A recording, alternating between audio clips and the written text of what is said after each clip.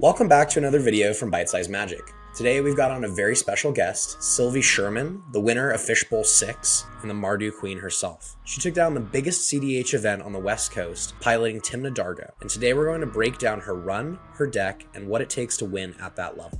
Real quick, I know last week we said we were going to pass on YouTube ads, but I had a subscriber who works in video marketing let me know that they're essential to help the channel keep growing, so we're going to have to stick with them for now and the foreseeable future. Before we dive in, I want to give a huge shout out to our sponsors who make these videos possible. Doot Loot is the best cEDH focused Discord where you can buy rare Japanese and Russian foils, signed and altered cards, and all kinds of high-end rarities to bling out your deck. They work directly with some of the most talented altar artists in the community and even offer exclusive cards to members before they go public. It's a simple, no-nonsense feed of cards that's updated constantly. Plus, they do free monthly giveaways. You can join almost 2,000 members right now at discord.gg/dootloot. Also, huge shout out to Mana Vault Proxies. This is the place where I buy my proxies. Whether you're trying to get a whole new deck or just need a few cards to add to your collection, Mana Vault Proxies makes this game affordable and it lets you play based on your skill level and not just the size of your wallet. You can actually buy my invitational winning deck list and Sylvie's Fishbowl winning Tymna Dargo list at Mana Vault Proxies. Just use the code SNACK at discount to get 5% off your order.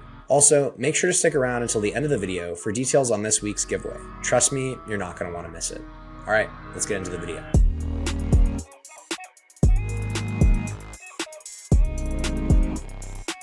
All right, hi everyone, welcome back to Bite Size Magic. Today I have a really awesome guest, Sylvie Sherman, the winner of Fishbowl 6, the West Coast's largest cEDH event of all time, and you won on a Sans Blue deck. Congratulations, first and foremost, and thank you for chatting with me. Yeah, of course, man, and thank you. I'm still kind of shocked about the whole thing. It's a lot.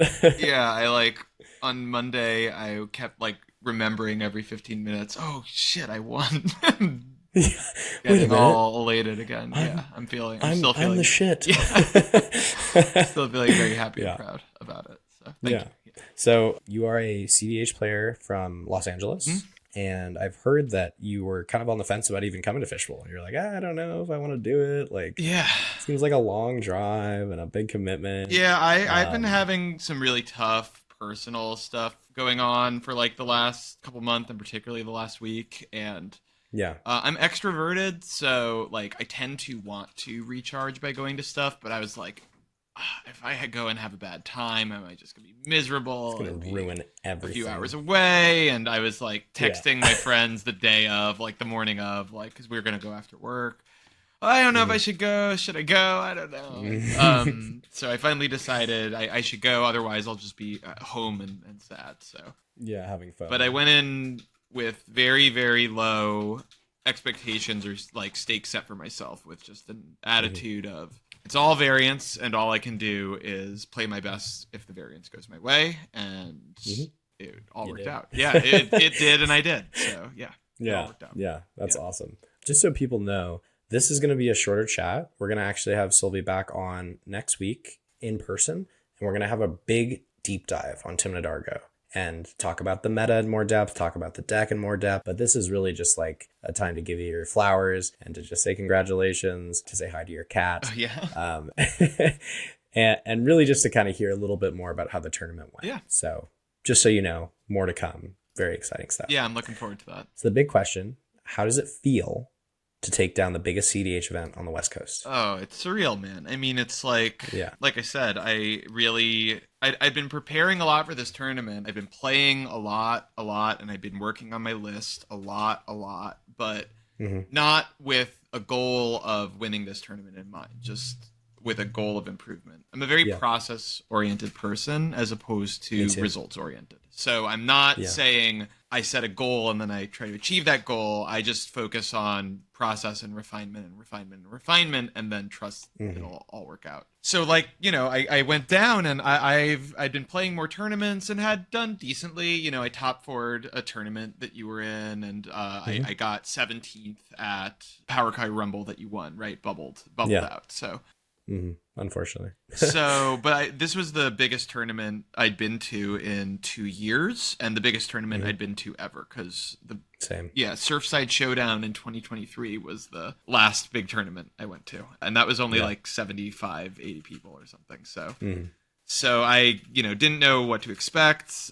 I was gonna go and give it my best shot. As I started doing better and better, I started thinking, oh my God, maybe I can top 16. And that became something I really wanted. And then when I top 16, I thought, wow, maybe this will go my way. Maybe top 4. Yeah. And then who knows? when I top 4, I was like, ooh, I kind of want to win. I think I'm winning. I want to win this whole thing. Yeah.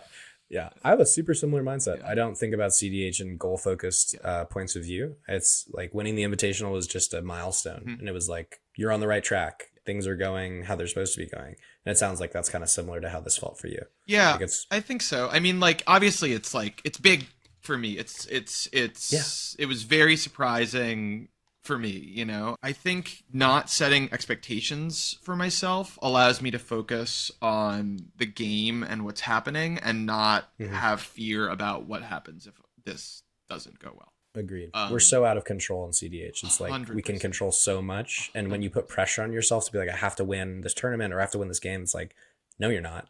Yeah. You have no control over that. Dude, we play the highest variance version of one of the highest variance games out there. Like, we have 100-card singleton decks. We have 4 opponents who all have 100-card singleton decks. With a card pool of like 30,000. And there's random seed order, right? There's so much variability, and all you can do is ride it. And there's no way I could have won this tournament without getting good variance, I should say. But I also played correctly when it came. Yeah. And that's all you can do is control how you play. Yeah, how you play, how you talk. Yeah. What was your vibe of Fishbowl 6? Like, overall? Yeah, it was big picture. It was really nice, actually. It was honestly way chiller and less kind of stressful, nasty than I had expected. Agreed. There's been a lot of horror stories about cEDH tournaments in the last 6 months, 11-hour games, lying, like cheating, like endless politicking. It's not that none of that happened. Like, there's a lot of politicking, obviously, and in general, like, people were very friendly, having a good time. Like, it wasn't super tense. Everyone was trying to win, but like, I didn't feel like I was getting angle shooted. That's such a nice feeling. Yeah. Also, like, I know all the games I play with you, I've never felt like you're angle shooting. Like, you play very much. It's people talk about letter of the deal versus nature of the deal. And it's like, I try not to be someone who's going to break a nature of a deal, because in a way that's kind of just lying without saying you're lying. It's like, well, I gotcha. You didn't say Final Fortune and get fucked. And I've never had that experience playing with you. It's also something I try not to do. And I didn't see that a lot in these games. I didn't. I didn't felt gotten by it. I didn't hear about a lot of lying either, was the other thing. Like, I heard about a couple things after the fact, but it was not a liar's meta, which people were talking about potentially being a thing. Yeah. It happened. I know that the cookout, there was quite a bit of that going around. So I don't know. I just think promoting positive play is a big reason why I want to play the game. It's like, I want to play the game always having that, whether I win or lose, be a nice experience. Like, I want to walk away and want to play with those people again. And I hope that other people I play with have that feeling. I think that's kind of how you play as well. That's how I attempt to. I mean, I can't say I've never done the I won't win this turn Final Fortune thing, but for sure. I mean, that's like a casual, like, gotcha for me. Like, gotcha, a funny, like, Friday night gotcha thing. Yeah. What I'm curious about is, how long have you been playing cEDH, and kind of what took you to Tymna Dargo in particular, or the Mardu sphere? Yeah, I've been playing cEDH about 3 years, I guess. I think I started, it's a little fuzzy when exactly I started, but I think it was around 2022. I had gotten back, I played Magic a lot, like, when I was like 11 years old through 18, and then college on and off, and then I kind of fell out of it until post-COVID. I started playing Commander again with some friends. Gotcha. And there was a table of cEDH players at the store, and they'd play, and I was curious. I always liked high power Magic. Vintage Cube was my, like, favorite way to play Magic for forever. And so I'd go look and I'd see what they were doing. I'd be like, damn, this is kind of cool. So one day, I proxied up a Yuriko list because I was like, nice. Blue black. I love blue black. Outside of Mardu, Demir is like my Rona. Yeah, Rona, Golbez. Yeah, and I played Yuriko. I had a Yuriko list for a long, long time. So I proxied up Yuriko, and I was like, "Hey, can I play with you guys?" And we lost. Me and my friend Brandon, who was also at Fishbowl with me, plays Malcolm Tana. We lost. I love Brandon, by the way. Super, super nice guy. Oh, he's the sweetest guy in the world. Yeah, he's such a nice guy. Shout out Brandon. Yeah, shout out Brandon. We lost over and over to this guy Warren, who was on the Pro Tour in the 90s or something like that. Nice. who played Kenrith, the Returned King, and would just cast Culling Ritual and destroy all my ninjas, and then cast Underworld Breach, and I would lose the game every time. Nice. Yeah, but I got hooked. For a long time in LA, we didn't, because I'm in the northern part of LA around downtown, and we didn't really have a scene up here. There was a big scene around Finch and Sparrow in Long Beach, but eventually a scene really developed around Paper Heroes games, and we went from struggling to get a pod on a Friday night to having 4 or 5. And awesome. Yeah, so in 2025, I really started playing multiple times a week, every week, and and brewing. I've brewed a lot of decks. This is probably this is probably the most mainstream deck I've played in a tournament. Besides, I guess I played Sisse like 2 years in 2023, but yeah. Okay. So 2 years ago. Yeah, 2 years ago. For a meta deck. But yeah, we have a server actually. If you're in the Los Angeles area and you are interested in cEDH, we have a server called LA cEDH. Maybe we can put I'll link a link or something. Yeah, I'll link it below. Yeah, so. Yeah. But yeah, you should come play with us. It's a really good crowd. I love the LA people. They are my favorite. We're super sweet. And they are super sweet. San Diego as well. If you're in San Diego, come to TC's Rockets. I'll link our server as well. But all the more Southern California people, we'd love to have you. Okay, so we've been playing cEDH for about 3-ish years. I know that you really connect with the Mardu color pie. Yeah. And how did that happen? And then why Tymna Dargo? And I have a little bit of insight about this, obviously, but I'm just curious from your perspective, like, how did we get to this point? So my journey through decks in cEDH was a weird one, so I started very much being like a blue-black player. I wanted to play Demir, and then like the second real deck I picked up after Yuriko was Evelyn the Covetous. And I had a mid-range build that played Pyre of Heroes and a bunch of 1-mana changelings to trigger her, and would Pyre of Heroes into Dockside and Thassa's, and it was awesome, man. It was great. Yeah, it was super sick. And I picked up Sisse, and then I met this guy Bad Dog at a tournament, and he beat my ass with Kalia. And I was like, fuck, I just lost this stupid deck. And I was talking to him, and I was like, wow, this guy knows a lot about the format. And he was talking about Mardu and what it could teach you. And I thought, okay, maybe I should give this a try. So, because I was kind of frustrated. I'd been brewing a bunch of different stuff, but it was all pretty bad. So after the bans, I thought, okay, I'm going to pick up Mardu. And the deck I picked up was Dahada as my first Mardu deck. And I really liked it. And I was seeing success with it locally. And I had learned how to think about Breach in a whole new way. When you're breaching with Brain Freeze, it's kind of on easy mode, to be honest with you. It's pretty easy to assemble a Brain Freeze win.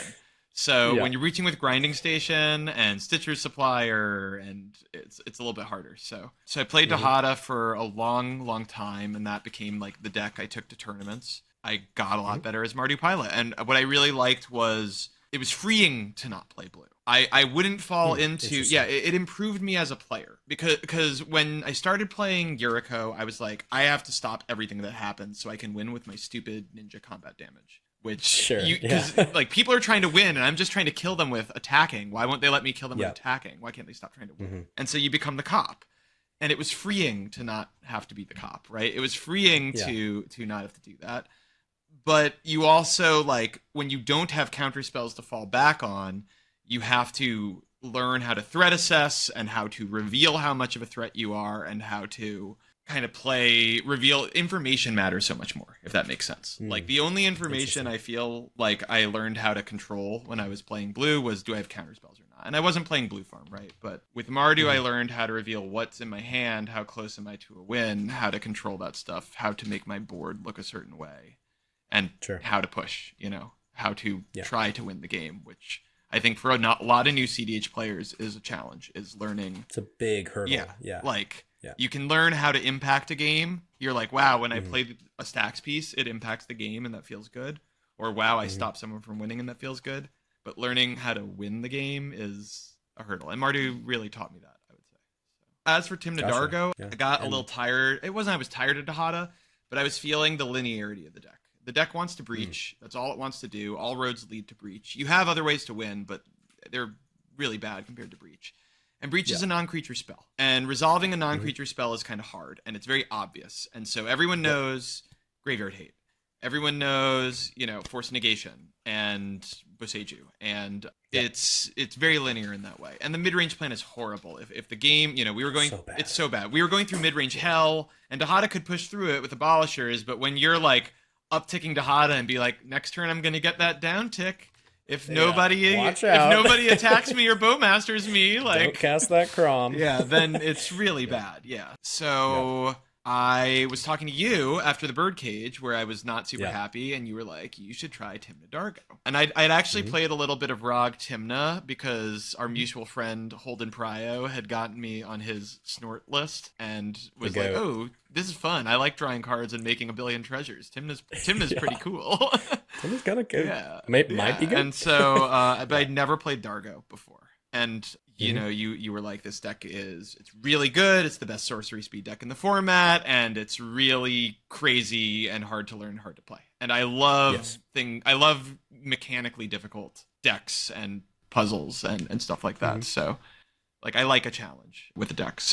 So I picked it up and kind of fell in love. Dargo is one of the most broken commanders ever printed. I sincerely believe Dargo is one of the most broken commanders available in the format. It's a 1-mana 7/5 forever. What? it's people thought Rog was good. Yeah, I mean Rog is a 0-mana 0/1, but then he's a 2-mana 0/1 and Dargo's a 1-mana 7/5 forever. It's so broken. So I kind of fell in love with Dargo and started once I understood the deck, and it took some time. It just clicked. went. Yeah, it clicked. Yeah. And I was like, oh yeah, this is the deck. Yeah. This is the deck for me. This is the deck for me. Okay. Yeah. How so Birdcage was a month and a half maybe ago? Yeah, I think so. I think maybe somewhere around there. Somewhere around there. How did this deck, and again, more in depth coming soon, but for Fishbowl specifically, what was your assessment of the meta in a few words, or just kind of the vibe of the meta, and then how did Tymna Dargo operate inside of that? So I expected the meta to be quick and greedy. So I expected there to be a lot of Ral, a lot of Atali, a lot of blue farm, and a lot of pushing. I was expecting people trying to win the game rather quickly, and it was pretty accurate. So we'll go into more about the choices I made to do this, but the long and short, the short summary, and you can watch the next piece of content for more. I wanted to move the deck not to be as turbo as possible, but to be as ready as possible. And so I wanted to be ready to win when my window came as much as possible. And Dargo, unlike other decks, has a requirement of sacking stuff to him before you can do that. So you're in Blue Farm, the nuts might be, land, Lotus Petal, Chromox, Decom Thassa's, right? But in Tymna Dargo, you need, your A, your B, and then a bunch of stuff to sack to Dargo.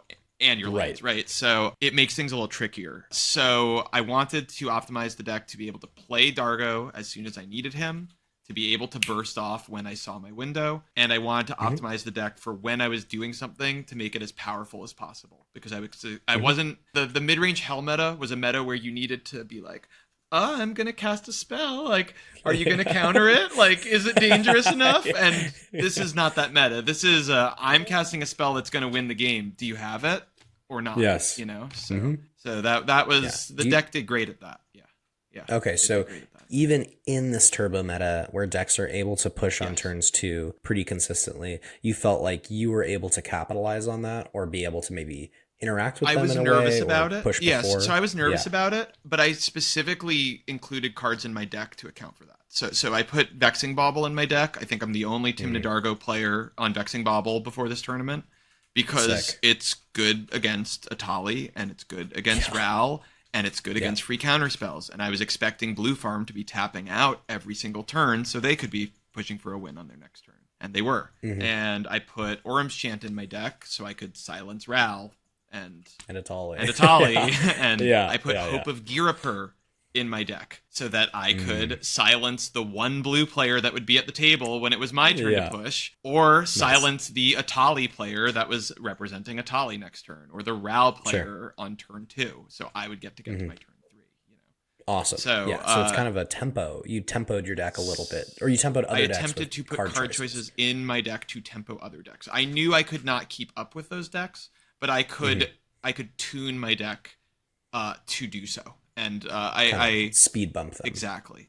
To speed bump them a little bit. And then the rest of my deck is a much longer, complicated thing that we'll discuss later. But I tuned it so that I could try to push on turn 3 when I was able to. And not be like, if I only had one more card. Sometimes with protection and sometimes not. Yeah.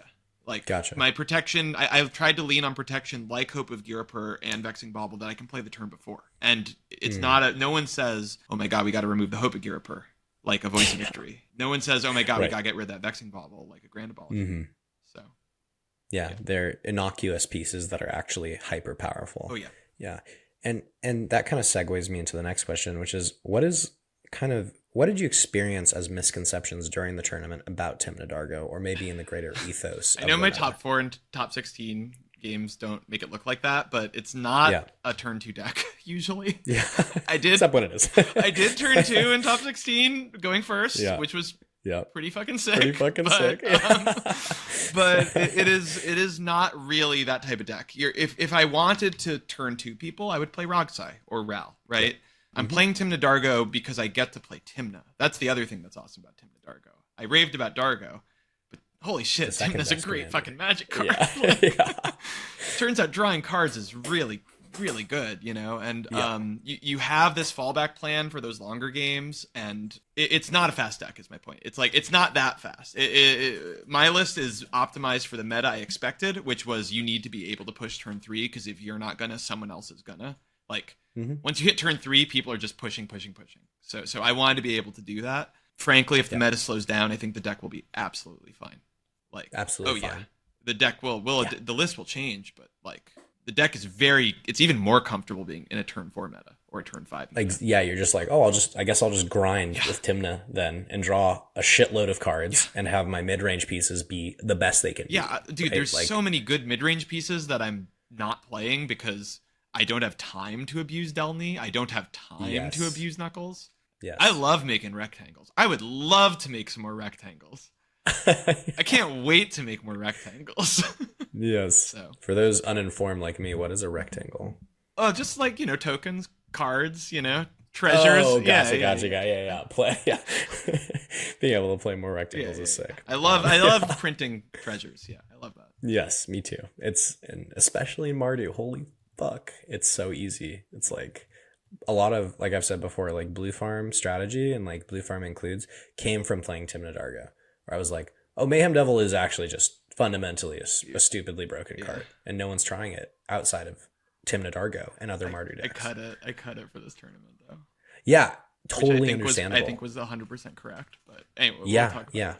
Yeah, it is. In my games, it was a banger, but I am playing Blue Farm, right? So I get to have choices that you don't get to have, right? Dude, ask Jeremy Davis about all the Mardu tech he's imported into Sisei. I will. I got homie on Black Market Connections, and he has. Oh, he loves that card. He has never cut it. It's so good. Yeah, I've been told by my legal team I'm no longer allowed to discuss Jeremy Davis on my YouTube channel. So please erase all thoughts. And he's a very good. He doesn't exist. He's a very good player. Yeah, you shouldn't I don't let think it, you shouldn't let his he's not spells real. resolve because he's a really good player. Jeremy Davis doesn't exist. He's not a real person. Don't worry about him. Yeah, strike it from the record. Anyway, okay, so to kind of go into that, you were saying your top 16 and your top 4 were turbo games, but your round 6 and 7 were really emblematic of, I think, how you were building the deck and how you wanted it to play. So in those games or any other games, what are some like moments that stood out, play patterns that were really important, just things that we want to touch on in this shorter video that we can get into more depth with in the next one? Those games, I don't know if those games represented the deck for me, but they represented, like, they were standout for my play for me, is what I would say. I think the top 60 and top 4 games represented how I was building the deck, because I built it to not have to mulligan and to be able to push quickly. And I didn't have to mulligan very low, and I was able to push quickly. So, fuck yeah. Yeah. The round 6 and round 7 games for me were standouts in terms of my play, I would say. Round 6 was, I think, the most interesting game of the tournament. I was in a pod. I was 3rd seat. I was at 16 points, so I was okay with a draw. I was pretty sure I needed... My breakers were really bad because I started with a loss and draw, so I needed 2 draws, I think, to make top 16, so I was okay with the draw. Freedom Waffle was in the pod. I had never played with him before. Obviously, know him from his reputation as a really... I think he's okay. Really amazing player and really political player. Thankfully, he was at 17, so he was also good with a draw. And then we had another Kinnan, who's a local of mine, Max Lowe's, who is become a really strong, scary player in second seat, and an Elsha player, DM Pigeon for coaching. Oh gosh, one of my favorite people I met this whole weekend. He was a nice joy to play with. He was in first, super funny. In first, and so he kept a no lander with, I'm pretty sure, Breach and Smothering Tithe in it, and Ristic in it, and he drew lands on the first turn, and so Some people are built different. Yeah, so, and I kept a hand with, like, Esper Sentinel or something. No, it was Hope of Girapur and a Silence. Like, it was a bunch of protection and, like, a few pieces of gas. There was, like, a Pyre of Heroes and stuff like that. Yeah, so the game went around and around. I wasn't pushing for an early win. I kept a hand that could go slow and grind because I was expecting, I'm in a pod with 2 Kinnans and an Elsha. This is not going to be a fast game. And I was very wrong because it got very political very fast, and I think I stepped my political game up in this round. So on turn 2, Elsha had resolved the turn 1 Smothering Tide, I think. And and so, on the play? Yeah, and on the play, yeah. It was that or it was turn 2. So this must have been turn 2 Smothering Tithe, but I say, dude, you got to tell me what's in your hand. I have a Hope of Girapur in play. I'm worried you're about to win the game unless you can show me what's in your hand. So I got political and said, show me what you have or I'm going to silence you for a whole round. Nice. And Elsha was like, I'll show you 2 cards. I can't show you the last card. So he shows me Enlightened Tutor and Pyroblast and won't show the 3rd card. And I'm like, I think that card is Underworld Breach or Lion's Eye Diamond, right? Like, So I ended up cracking the Hope, which I think was a mistake. I think I should have held it up longer, but I cracked it, and we get around to the Kinnan's turn, and the Kinnan goes for a win. Not Freedom Waffle, my local. Max. I've got nothing, because I tapped out to play Tymna on turn 2, because I had made a deal with the Kinnan. I should have made a stricter one and Freedom Waffle casts an Amphibian Downpour, and this was the most important moment of the game. He casts Amphibian Downpour to turn Kinnan into a 1/1 with Basalt on the stack, basically. Yeah. And also hit the Elsha that had just come out, because you're not silenced from playing creatures, and then had 2 more copies. And there was my Tymna on the board, and that was it. And he looks at me and says, you have like 5 cards in hand. What are you doing? And I said, will you show me your hand? And my hand wasn't very good. I didn't have a win in hand. I had like a couple A's and a silence, right? I had like a Pyre of Heroes and like a silence, and I had my Rel. Yeah. Gotcha. And I was like, my hand's not very good. So I show him the hand. He's like, I don't know. You have this card, the Grand Abolisher. I don't know what Pyre of Heroes does. I feel like I should hit Tymna. And I told him, look, dude, if you hit Tymna, I'm going to play a land. I'm going to cast Sacrifice and get rid of my Tymna, put her in the command zone. I'm going to tap out and recast her. And I'm not going to hold the silence up. Yep. And because I'm not going to sit back and protect the board while... For sure. Like, I can't. not developing. Yeah, and if you don't hit her, I'm going to play this Pyre Heroes. I'm not going to activate it, and I'm going to hold the silence up. Nice. And he thought about it, and he was like, yeah, it makes more sense for me. And because I could tell him, like, look, I'm down to draw. I can work with you here. And yeah, he tried to politic me, and I politicked him back, and it worked. Nice. I stepped up to the plate, and I felt I'm very proud of myself for that moment. He's an incredible politicker. Incredible politicker. Perhaps the best dude in our game. This is a non sequitur. In the finals, he was on. I'm sorry, I'm jumping to another game, but you're good. I have to praise. I have to praise him for this. It's incredible. Yeah. In the finals, he was on Kinnan in a pod of Atali, Tymna Dargo. He's 4th seat. Okay, the dude does. This is like the most brilliant political move I've ever seen. Before we are doing mulligans, okay, before Atali has answered on their first mulligan, he reveals a Mindbreak trap in his hand. Before Atali has made a mulligan decision. That's like the smartest shit in the world. Yeah. I look at like, and go for it. It works because he's in 4th seat. Because here's what happens: Atali mulligans, I mulligan, the other Tymna Dargo mulligans, and then he mulligans. Then he draws his next 7 and reveals a Force negation. It's so smart. Like, yeah. And on my first 7, I did think like, okay, the hand wasn't good enough. Like it needed too much to get there. But I was like, and even if I get there, if there's a Mindbreak trap, this hand's terrible. I lose some MBT. Yep. It's brilliant, man. Dude is just on another level, I will say. Yeah. Yeah. Yeah. I was like, fuck. Yeah, I mean, I was really and pleasure to play with. Really nice guy. Yeah. Super nice. Yeah. Shout out Freedom Waffle. Yeah. So that game was super interesting, and then in round 7, the other really interesting moment for me, this was a game with Holden Pryo where I was second. The pod was Lady Octopus, me, Ral, and Inala, which this is a fucking nightmare, man. Fucking nightmare pod. Yeah. Oh my god, yeah. So because 2 really fast decks and a deck I don't want to let get started, Lady Octopus, because it's going to put some stacks piece on the board that I'm going to be miserable with. Horrible situation. So Inala plays a turn 1 Vexing Bauble in seat 4, and I know they're going to push on their next turn. Like you soul read them. I soul read that they have the win in hand. Yeah. So it's on Ral had pushed on turn 1, by the way. Ral had pushed, and Holden had countered it on the and told me, because I had a really nice start. It was like land LED Soul Ring into something like prize stats. It was a good start. I had like a bunch of Dargo material out basically. And Holden was like, "What are you doing on your turn?" I said, "I won't win the game. I'll cast Tymna." That was my deal. I didn't say I'll only cast Tymna. It was I will cast Tymna and I won't win the game. Yep. So I have a Wish Claw in hand, and I'm like, dude, we're gonna lose to Inala. There's a Vexing Bauble, and Holden tapped out. But Inala could crack the bauble, so I couldn't push because and I also had promised. So I talked to Holden. I say, dude, I'm thinking about not casting Tymna because I would have to crack all my treasures to do so. And instead casting this and show him the Wish Claw and going to get interaction. And I guess I'd give it to you if you would get interaction and give it back to me. Because I can't afford for you to give it to Ral or Inala. Like, they're just going to win the game with it. Like, absolutely. Yeah. Yep. And Holden's like, I can't give it back to you if you give it to me. And, like, I'm super screwed. Like, I don't know if I can get interaction. And from how we're talking, the other players know it's a Wish Claw. And Inala's like, give it to me. I'll go get a counterspell. I'm like, no, you're just going to protect. Fuck no. You just are going to protect the win you have in hand. Yeah. Like.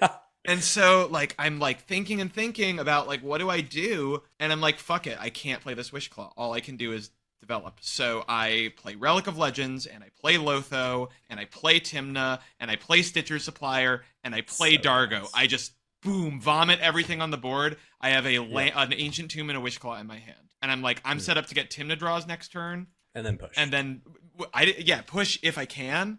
But, like... I mean... And they're like, oh, you have a Relic of Legends. You have a win in hand. I'm like, yeah, I have a win in hand. So it goes to Ral's turn, and Ral's like, I need to wheel everyone because there's a win in hand. I'm like, yeah, you need to wheel everyone because that Inala's also got a win in hand. But it ended up really being a good play because by revealing I had win in hand, I incentivized a wheel to resolve to get rid of Inala's win. And it Inala got wheeled into Rhystic Study, tapped out to play the Rhystic Study. Lady Octopus didn't draw, played a Manifold Key, and that was it. And then it got to my turn, and I played a Voice of Victory, because I had Goblin Bombardment in my hand and a Relic of Legends on the board, and Sick. They cracked the bauble. There was a Pact negation from the Anala to counter the voice, and a daze from Holden that did nothing, Yeah. and and the bombardment resolved, and I told the Anala, hey, you get to draw 32 cards. You need to draw 2 free counter spells to stop me, because I had one more. I would get a Lotho trigger if he cast a counter spell on Dargo. Yep. You need to draw 2 free counter spells to stop me. It was a great suspenseful moment. I counted down 32. Nope, 31. Nope, 30. And he died, and everyone scooped it up. Yeah. So I think hilarious. Oh, so sick. Yeah, that game was, again, like, the information usage was very important. So. Yeah, and key to Mardu, where it's like in Blue Farm, revealing that you're going to win on your turn is mostly likely. And again, you could have had scenarios where it's like, well, she's winning on her turn. I guess I'm pushing, right? Because I'm not getting another turn. But it worked out in the way that you were able to deal with probably 3 people. Yeah. Ral, Anala, and 2 people. But yeah. The Holden dealt with the Ral, because Holden made a deal with the Ral. Again, Ral played a Jessica's Will, and Holden's deal was like, I'm going to counter that. We'll crack Bobble and counter this, because unless you agree to only play like 3 spells this turn. Yes. And it all just worked out. I don't know. It was a Jedi mind trick. But yeah. Very tough to play Ral against the Ral father himself. Yeah, right? Yeah. Love Holden Brow, by the way. He's one of my best buddies in this game. So he's a brilliant brewer. Oh, he's like just a genius. But awesome. Okay. So that kind of answered a couple questions, which is like, was there, key moments in your games to kind of finish on this? Were there any decks in specific that you were a little concerned about facing, or did you kind of tune your deck in a way that was going to deal with these big problematic decks like Atali and Ral? Were there any other decks? It's Atali and Ral. I mean, those are obviously Blue Farm, but like, what are you going to do? Atali and Ral were the big ones. But I would say I tuned my deck to try to. I mean, Vexing Bauble was the key card. Vexing Bauble is like, it's a great card against Blue Farm as well, because I expected Blue Farm to tap out for Ristic, and when they tapped out for Ristic, Vexing Bauble is a great card to be holding. I think Vexing Bauble is so underplayed. Dude, like, is it a Blue Farm card? Dude, I want to do for Vexing Bauble what you did for Mayhem Devil. I think we'll talk about this more, but I do think it's not an easy card to play, and it's not a matter of when you play it. It's a matter, I mean, that's part of it, but it's a matter of playing around your own Vexing Bauble. I had a game where I was in a pod with Rogsai and a Ral, and I had a turn 1 Necro. This was round 4, I think, and I Necroed for like 7, and because I had 1 land in play. It was like land Dark Ritual Necro, so I needed mana. And I hit some mana, and I hit a Bauble, so I play the Bauble to stop Ral, and the Rogsai had a fish, so it would protect me from the fish to some extent, And then I send Necro for like 20, And I hit gas, I hit what I need, but I need enough material to sack to Dargo without getting rid of the Bauble, so I'm not losing to a fish potentially, right? And I had to play around it. I had to keep Hope of Girapur instead of Chrome Mox, because I could play Hope of Girapur just to sack it to Dargo. Like, it's hard. Yeah. You have to play around your own Vexing Bauble. That was another key moment for me. That was like, okay. And it's just like a defense grid pass. Like, you have to be usually just playing a Vexing Bauble and not being able to crack it. You have to be able to crack it. Yeah. Not a great idea, right? You have to be able to crack it, and so you have to evaluate, can I hold the mana up? Do I have a tutor to go along with holding the mana up so that I'm optimizing my mana usage still? Like, it's actually it's a simple card, but it's pretty skill intensive. There's a reason it's banned in Legacy. I'll put it like that. Yeah. That was one of the most important. Sweet. And I was scared of all the free spell decks. Well, yeah, I mean, they're so powerful right now. Ral and Atali are, I would say, some of the best decks in the meta. I also play against Narset a lot in my local meta. There's Ty. Ty, yes. Shoutouts to Ty. Yeah. Love Ty. Such a sweet guy. He gave me a ride down and convinced me to go. Nice. So he made a big impact on my weekend. But yeah, I mean, like, what does my deck do about Narset? I need a silence, and they can counterspell it. So, like, yes, absolutely. And then they fold a Bauble. It's Narset beats. Gwenem folds to Bauble. Gwenem absolutely folds to Bauble. Unbeatable. It's like, I can't cast any spells. I can't remove this card. What are you supposed to do? I'll lose, I suppose. You're in mono black. It's so sad. Yeah. Any kind of like considerations for people that have seen your tournament run and are like, oh, this deck looks really fun. Yeah. Like, anything that you want to tell those people? Yes. I would highly recommend if you want to play Tymna Dargo, you should not play it as your first Mardu deck. The reason is Dargo inherently makes any deck high skill floor, because Dargo is a really broken card, but hard to learn how to play with. The combos are complicated. You have to do math of how to cast Dargo, but you have to plan ahead on how you're going to play stuff to cast Dargo and protect it to cast Dargo. And so Dargo is complicated. And then you can play... There's a lot of cards the deck plays that are high skill cards on top of the high skill floor. Like the deck plays Adnaz, the deck plays Necropotence, the deck plays... Without the blue cards that go along with those, to make those really easy. Yeah. So...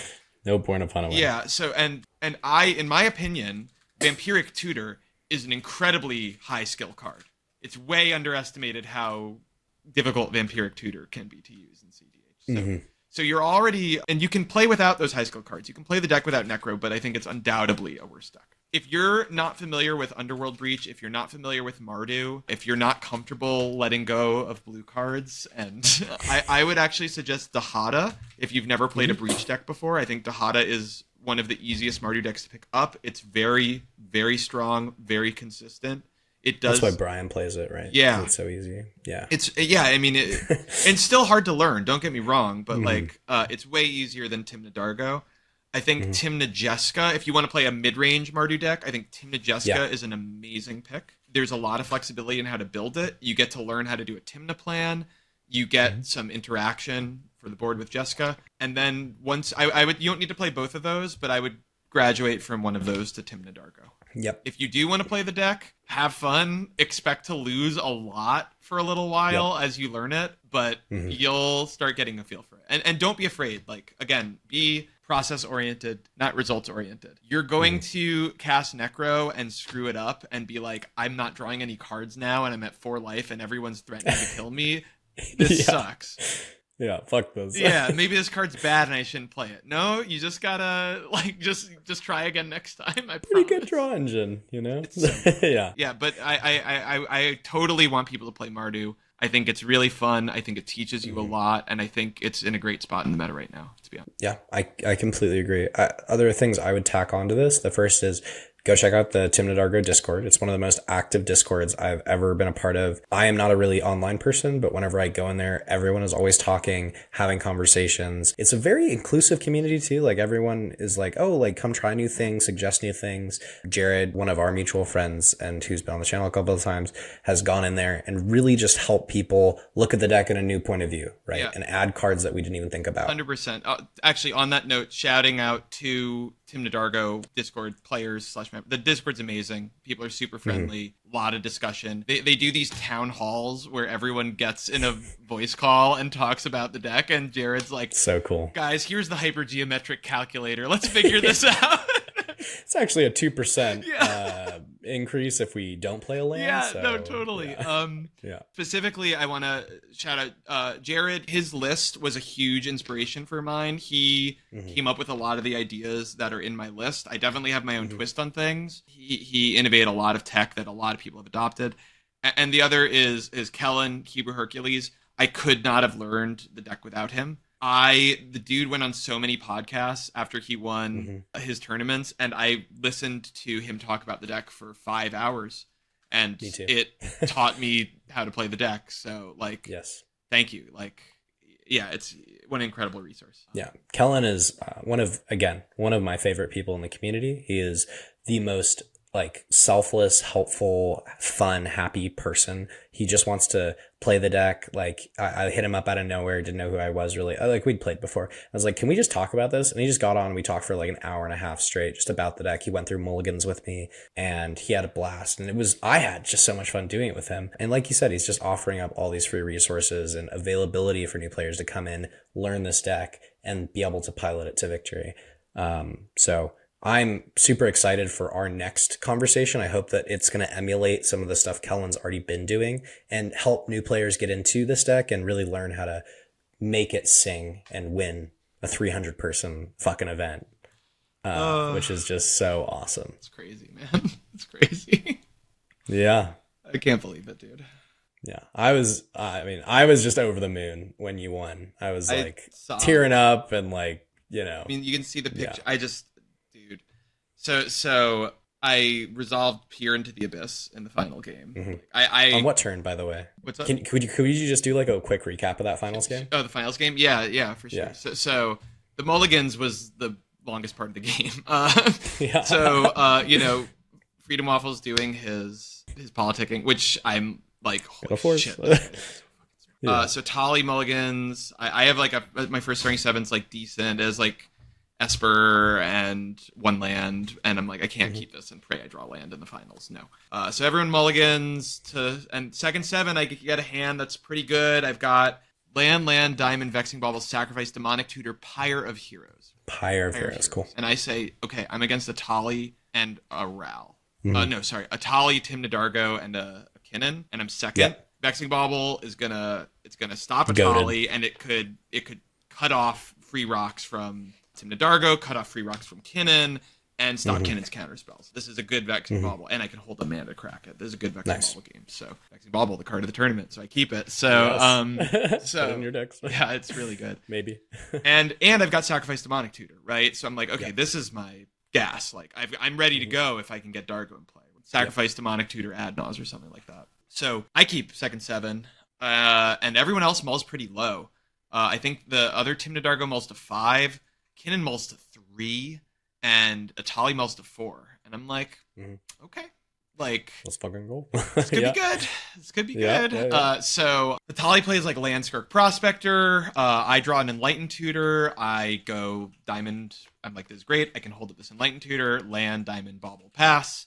Tymna Dargo goes land, Sol Ring, Monolith, and I'm shitting my pants because I'm like, oh my god, I'm going to lose on turn 2. I don't think I can win on turn 2. Kinnan plays a Mana Vault.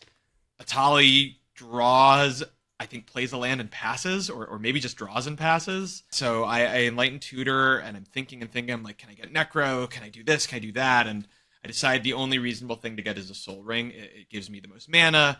It lets me play the Pyre of Heroes, which might matter. So I get Sol Ring, because I really just need stuff to sack to Dargo, right? So I cast Sol Ring, Pyre of Heroes, and again, I'm holding up the Bauble Crack, right? So, because I have the diamond. So Tymna Dargo does not win the game. They play an Esper and pass the turn, tap out. Kinnan draws, passes. No land drop, holding up 4 mana. And Atali main phase is a Jessica's Will for cards. Atali is not in play. Wow. They hit Flare of Duplication, land. They play a land, and they pass with 2 mana up, a Skirk Prospector and a land. I think they Simian Spirited Guide out the Jessica's Will or something. And I draw a Grim Monolith for my turn. And I think, okay, I think this is it. It's time to go.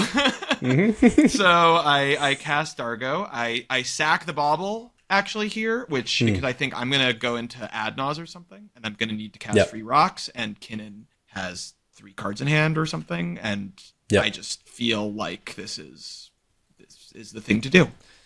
Bauble stopped Atali. It did its job. Now it's time to go. So I sacked the Bauble, the Diamond, which may have been a mistake. Maybe I should have sacked the Sol Ring, and the Pyre, and I float 2 colorless from the Sol Ring. Then I cast Sacrifice with my land on Dargo. Passes through. 7 black mana and 2 colorless. I cast a Demonic Tutor, and it resolves. And I pull Ad Naus, Citadel, and Peer into the Abyss out of my deck. And I think, okay, which one? Naus is, I get the most mana, but I could hit this Citadel and this Pier and look really stupid. Citadel, I haven't played a land, but it could brick. So it's got to be Pier, because... Okay. You're not worried about SWAT at this point? There's no commanders in play. Or Tymna Dargo? There's no mana to cast either. There's no commanders in play, and Atali is the only one who has mana to cast it. Tymna Dargo only has colorless. There's no mana for a Bowmaster from any player. I thought about it. I thought SWAT, Bowmaster check. No. Could be misdirection, I guess, from Kinnan, but, you gotta try, right? Yeah. So I cast the Grim Monolith, because I say I'm not playing my Mindbreak Trap at this point. I already resolved everything else, and I cast the Peer into the Abyss. Kinnan taps their land. They go, okay, and they cast Veil of Summer on himself. Draws a card, passes, and Peer into the Abyss resolves. And I count everything up. It's 44 cards. I start counting 44 cards, and right around card 20, I start crying. I start choking up because I'm like, holy shit, I'm resolving Fear into the Abyss. I'm gonna fucking win. Oh my fucking god. Yeah. And I pull it together, and I have it. I sort the mana out. I have Burnt Offering. I recast Dargo. I make a bunch of mana. recast Dargo again, beseech for Technomancer, show Deadpool, and that's the tournament. That's so cool. I immediately what a way to go. I immediately start sobbing, bawling. Like you can see in the picture Higher posted. The tension release was unreal. I was happy, but I was like, oh my, holy fuck. Yeah. It's a surreal feeling to have that kind of victory. That's such a high stakes thing. So many people like. I've competed not in Magic, but I play fighting games also, like Street Fighter, and I compete in those a long time, and I've seen some success, but I've never won a big event, and this is the first time I've ever won a big event, and a fucking huge event, dude. The third biggest tournament ever. Ever. It's crazy, man. Yeah, it's crazy. I know, and I believe. I hope I'm right about this, but you're auto-qualified. Oh, yeah. I'm auto-qualified for the Invitational and the mid-season, which means I get to fuck around now and play total trash. Finally, all my shitty brews, I can play them. Yes. I'm over the moon for you. Like, I was so freaking happy. Like, I was like, there's only one person I want to win this whole thing, obviously. You were so, look, you introduced me to the deck. I'm not super Magic term experienced, so I was going to you and asking you, like, dude, am I supposed to draw or play like these rounds? And you were like, just play. You want to be top seed. You want to win the thing. And I was like, okay, you're right. Yeah, it was awesome. And just being able to, like, play with you through these tournaments and play in tournaments before and have all these games together, and then watching you win this whole thing was amazing. Having, the big thing about, like, the success I've seen has just been showing people how good SoCal and California as a whole is. Yeah. And just so awesome to have you in. So thanks, man. It's nice. Like, I've felt I'm a strong player for a while and known, again, like, it's a process thing. Like, I'm not results oriented, so I can tell I'm strong, but it's really nice. Even though I'm not results oriented, it's really nice to have something to hang my hat on and be like, exactly. I am good at Magic. I am good at cEDH. Fuck blue decks. Yeah, fuck blue. Listen, if you're out there, you do not need to play blue to win. You do not need to. Free yourself from the chains. Top 3 biggest tournaments. I know Atali has won one. Yeah. You have won the other. I don't know what the third one is. No, it's Tymna Dargo. Sorry, I don't like that deck. No, that's Jordan Drake, right? Yeah, Jordan Drake, and then phenomenal. Nothing against Jordan Drake. And then Derevi won the 4th biggest, which is Fishbowl. But Blue Farm's got the 5th one, which is the cEDH European. Yeah, but I mean, look at that. That's crazy. Like, I know everyone says Blue Farm's the best deck, and, like, maybe you're right. But look at these tournaments. You don't have to play Blue Farm. Giant fucking tournaments. And you can win without Blue Farm. And I think Blue Farm is arguably still the best deck, and certainly gives yourself the best shot to win a tournament. But it's not always the best deck for the tournament. And I do think it isn't Tymna Dargo or the person was the best deck for this tournament. We'll talk about it more next time. But I do sincerely, sincerely believe it's the best deck. We'll save some of the yap for that. Okay, well. Anything else that we want to touch on in this? Still feeling good. I'm looking forward to talking to you more in depth. I like about the meta and a deck. We can do a breakdown of the list and stuff like that. But yeah, I'm super pumped for that. It'll be coming out probably, I don't know, a week from now. This episode is going to be dropping really soon, just because we wanted to make sure that we got this going and got it out there. But yeah, thank you everyone so much for watching. Anything that you want to ask Sylvie? Just link to my Moxfield if you're interested in contacting me. My Discord username's on my Moxfield profile. I'm not really doing the social media thing, but I'm happy to talk to anyone. Yeah. I'm happy to talk to anyone who would like to reach out to me on Discord. Sweet. Yeah. Make sure to go like and comment on Sylvie's Moxfield list. And yeah, congrats. Thanks, man. Fucking so happy for you. Can't wait for more conversations and more games. Yeah. And until next time, I hope you guys have a great rest of your day.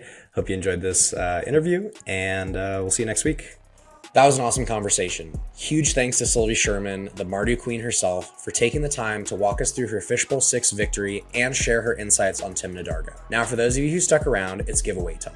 This week's giveaway is brought to you by Doot Loot. the best place to grab rare foils, signed cards, and community-exclusive altars. In honors of Sylvie's victory, we're going to be giving away an etched foil Japanese Tymna and Dargo to one lucky subscriber. If you want to win this week's giveaway, just like this person did in last week's video, all you need to do is be a Bite-Sized Magic subscriber and comment a question for Sylvie. We'll be doing a much more in-depth video next week where Sylvie will sit down with us in person and answer your questions and talk more about her victory. Make sure to check out the Dargo Discord to learn more about how to pilot this Sandsblue deck to victory, and make sure to follow me on Twitter for more bite-sized takes. If you enjoyed this episode, make sure to like, subscribe, and give us feedback so we can make these videos the best they can be. Thanks for watching. We'll see you next week.